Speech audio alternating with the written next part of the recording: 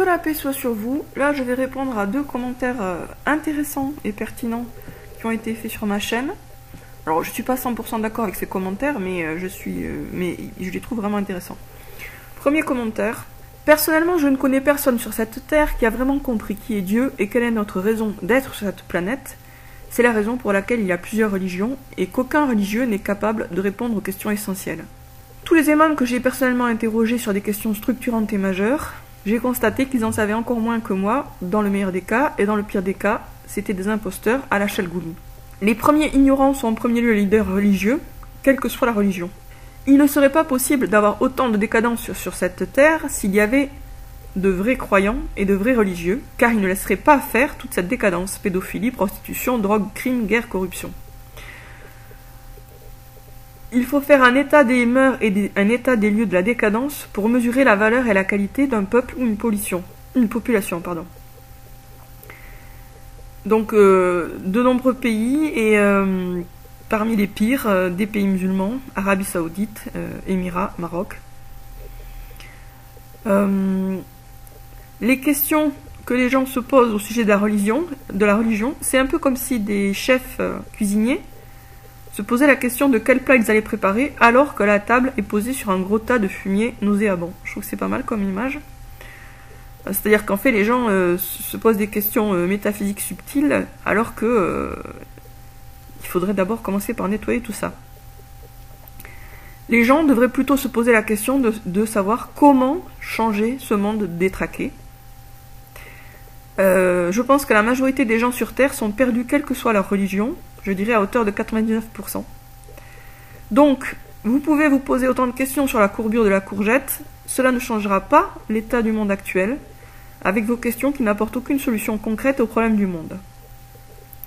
Le jour où les gens auront une vie saine, cela se verra concrètement sur l'état du monde avec la disparition de la décadence. Alors, moi je suis d'accord avec lui, sauf sur la fin. Je suis tout à fait d'accord sur le constat et sur le fait qu'on se pose des questions. Les questions théologiques sont des questions totalement capillotractées, alors qu'il y a urgent, et l'urgence c'est d'assainir le monde. Par contre, quand il dit vous pouvez vous poser autant de questions sur la courbure de la courgette, ça ne changera pas l'état du monde actuel, je ne suis pas d'accord.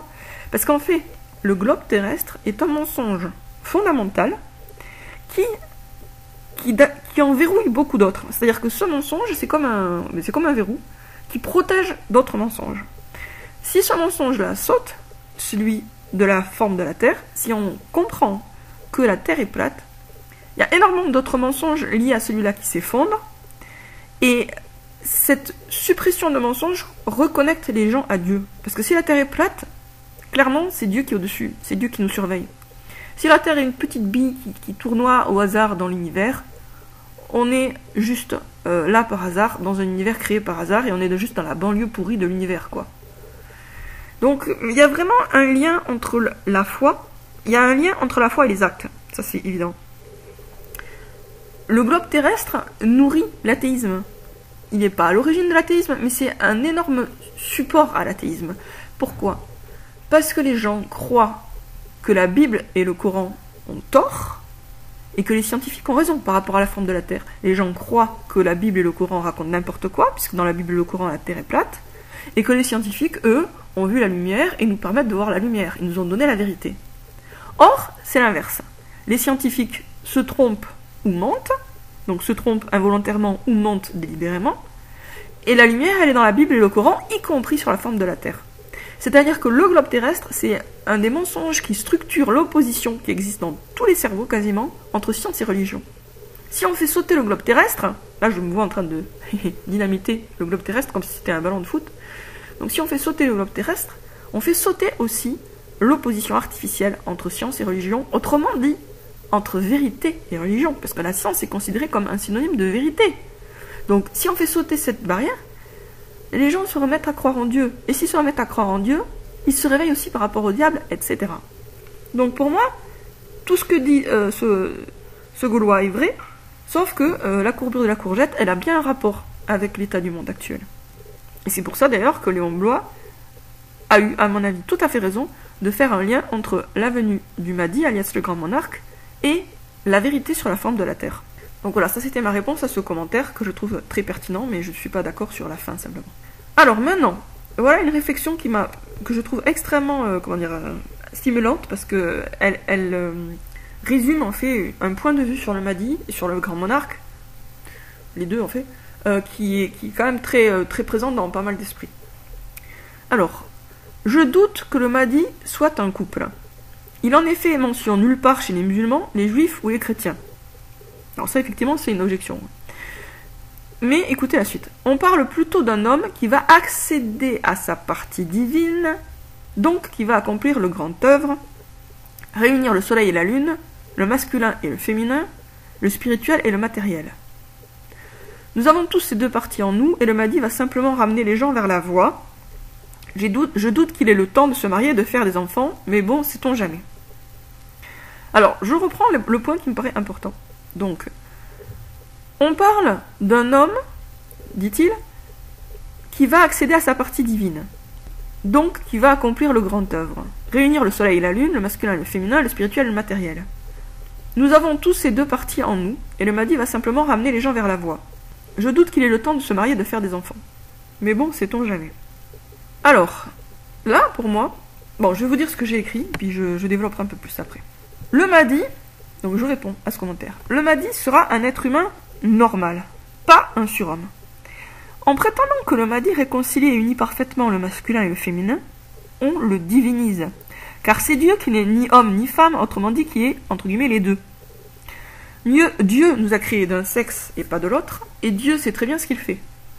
Faire du Mahdi une espèce d'androgyne spirituelle est en contradiction avec la saine nature humaine qui s'incarne dans chaque sexe, mais pas dans les deux à la fois. L'idéal pour un homme, c'est d'être pleinement un homme. De même que l'idéal pour une femme, c'est d'être pleinement une femme. Donc mon interprétation me paraît plus conforme au bon sens. Seul un couple d'âmes sœurs peut réellement équilibrer les deux polarités, la masculine et la féminine, et donc symboliquement réunir le soleil et la lune. Alors, je continue parce que j'ai pas fini ma réponse. Revenons aux fondamentaux. Dieu a tout créé par paire, par couple, c'est ce qu'il dit dans le Coran. Donc, ce qu'il y a de plus complet au niveau de la création, au niveau des créatures, c'est le couple. Dieu est unique, tout le reste est nécessairement divisé en deux parties complémentaires. Serrure, clé, homme, femme, etc., etc. L'être humain est incomplet, et par essence, et c'est dans sa relation verticale à Dieu, spiritualité, foi, et dans sa relation horizontale à l'autre, amour-couple, qu'il se complète. Bon, bien sûr, il y a aussi les relations avec d'autres personnes, mais ce qui est le plus fondamental, c'est la relation à l'autre dans le couple. Adam, il a eu besoin d'Ève. Il s'est très bien passé d'avoir de voisins, etc. L'homme n'est pas Dieu, et l'homme n'est pas une femme, de même que la femme n'est pas Dieu, et la femme n'est pas un homme. Donc un être humain parfait, ce n'est pas un homme-dieu, parce que Dieu est unique, donc les hommes-dieux ça n'existe pas. Il n'y a qu'un Dieu. Et ce n'est pas non plus un homme-femme, avec un guillemot entre les deux, un homme-femme, une espèce de chimère spirituelle. C'est un homme ou une femme qui occupe pleinement sa masculinité ou sa féminité et adore Dieu sans rien lui associer. Je reviens sur ce qu'il a dit, lui. On parle plutôt d'un homme qui va accéder à sa partie divine. Pourquoi le Mahdi aurait le privilège d'accéder seul à sa partie divine? Soit on en est tous capables, et donc toute personne qui est suffisamment proche de Dieu a accédé à sa partie divine, soit on en est tous incapables, et donc je vois pas pourquoi le Mahdi on serait plus capable que quelqu'un d'autre. Déjà, accéder à sa partie divine, je trouve ça un peu limite, parce qu'on dirait qu'on est en partie Dieu. On n'est pas en partie Dieu, on est des créatures. Hein. Donc je trouve que c'est une façon de formuler qui a tendance quand même déjà à diviniser un peu le Mahdi. Alors la suite, le Mahdi accomplirait le grand œuvre, là c'est par rapport à l'alchimie, réunir le soleil et la lune, le masculin et le féminin. Mais cette réunion égalitaire du soleil et de la lune, elle n'est pas possible chez un être humain, ou alors elle n'est pas souhaitable. Parce que la femme pleinement de femme, elle n'est pas 50% femme, 50% homme. Elle est un peu comme le symbole du yin dans le Tao, comme la partie noire avec le point blanc. C'est-à-dire qu'il y a une pointe de masculinité dans la femme, comme il y a une pointe de féminité dans l'homme. C'est juste une pointe, c'est pas 50-50. Ce qui fait 50-50 et qui s'équilibre, c'est l'ensemble. Mais l'ensemble, c'est pas un être humain, l'ensemble, c'est le couple. De plus, réunir le soleil et la lune. Réunir le soleil et la lune, en astrologie, cette réunion du soleil et de la lune, d'un point de vue astrologique, elle a lieu quand, en synastrie, c'est-à-dire en comparaison de deux thèmes, il y a le soleil d'un homme qui se superpose avec la lune d'une femme. Ou l'inverse d'ailleurs, le soleil d'une femme qui se superpose avec la lune d'un homme. Ce type de conjonction est un signe, un gros indice d'amour. C'est-à-dire que quand un homme a son soleil qui est conjoint avec la lune d'une femme, dans la comparaison de leurs deux thèmes astrologiques natals, ils vont s'aimer. Donc, la réunion du soleil et de la lune, elle nous renvoie, dans une perspective logique où on ne fait pas du Mahdi une créature divine, elle nous renvoie au couple, vraiment au couple, et pas à autre chose. Et pas à une pseudo-fusion du masculin et du féminin à l'intérieur du Mahdi. Parce que finalement, ça en ferait quoi? Une espèce d'androgyne spirituel. Mais je vois pas en quoi un androgyne spirituel serait mieux qu'un androgyne physique. Et un androgyne physique, un homme avec des seins, c'est moche. Ou une femme avec de la barbe. C'est moche, hein, d'accord? C'est pas conforme à la saine nature. C'est monstrueux. Au sens où ça choque et c'est dérangeant. Même si de nos jours, bien sûr, avec le satanisme qui règne, on est censé trouver ça magnifique, un homme avec une barbe et des gros seins.